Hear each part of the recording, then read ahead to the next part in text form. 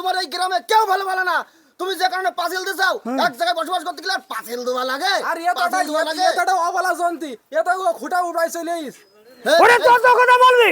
এই ছাগল কোনোদিন সাইড ডুয়া থাকে না।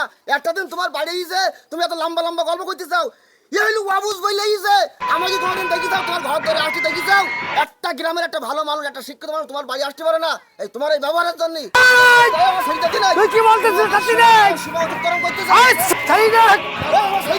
এই ছাড়ি দে। এই ছাড়াইকে তোর লাঠি নাই। ছাগল সব বাড়ি যায় না। লাঠি নাই। তোর ছাগল আমার বাড়ি যায় না। তুই আমার আজকে আমার ছাগল বলে গিয়ে করতেছিস। এই আমার ছাড়ি দে। তুই আমার কি বলতেছিস? হ্যাঁ? তোর যে ছাড়ি দে আমার থেকে। ছাড়ি দে। তুই আমার লাগে আমি দেখি লাগে। এই ছাড়ি দে কে? আগে যা মনে করি যাকে তা হবে লাগে ছাড়ি দাও। এই দেখ শোনো। শোনো। এই আমার ছাড়ি দে। ছাড়ি দে কি ওরা কি রে? একটার কিন্তু ওই কে তুমি একটা ছাগলই বলে আইছিস। এই লোকটা হাতে চলো তুমি আগে আমার বিচার করে দাও। পাশাপাশি বাড়ি হলি এর ছাগল এর হাঁস মুরগি এর মানুষ পেতে যায় না। আজকে আমি বলতেছি শোনো এই শোনো ইয়ে আমার আজকে মারতে হয়েছে আজকে এ আমার বয়সের বড় বলি আজকে আমার গায়ে হাত দিতে হয়েছে। আমি কিচ্ছু বলি শুধু বয়সে বড় বলি সম্মান দিচ্ছি। এ যখন মাঠে যায় কোন মাঠে যায় ওর পাখি মাথার পর কিনে যায় লোকের জায়গাতে যায় না। আজকে ছাগল যে জাত ছাগল জাত বোঝে না বলি ওর বাড়ি হয়েছে এর বাড়ি এই যে অত্র এলাকায় মানসিকের শুন থাকো এর বাড়ি একটা কারোর হাঁস একটা মুরগির বাচ্চা পর্যন্ত আর কিচ্ছু আসতে পারে না। আমার ছাগলেই যাই গের তাই এই ব্যবহার করতেছে ওর গায়ে মানুষের চামড়া নেই। আমি বিষয়টা বুঝতে পারি। তোমার জন্য বেশি গেছ গিরো আমি বলি না বিষয়টা আমি বুঝতে পারছি।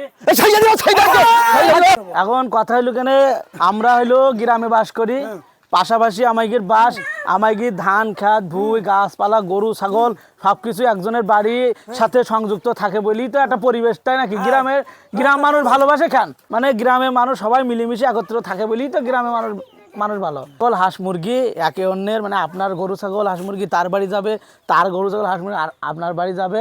এই কিন্তু বিষয়টা মনে রাখতে হবে কি যেন কেউ কারো ক্ষতি না করে।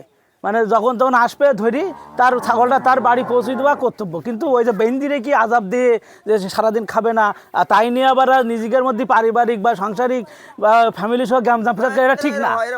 এটা ঠিক না, এটা করা ঠিক না। এই জন্যে আমাকে সবগুলির এটা শুধু আপনাকে দুজন না আমি সবার উদ্দেশ্য করে বলতেছি যে সবার মেনতে হবে নিজেদের বলি মনে করতে হবে যে গরু ছাগল হাঁস মুরগি মানে ওর যদি গরু একটা থাকে আমার বাড়িও তো একটা থাকে নাকি থাকে তো হ্যাঁ থাকে তো তাহলে মনে একদিন আপনার গরু ওই আপনার ছাগল তো ওর বাড়ি যাবে তাহলে তখনও কি করবে বুঝলেন।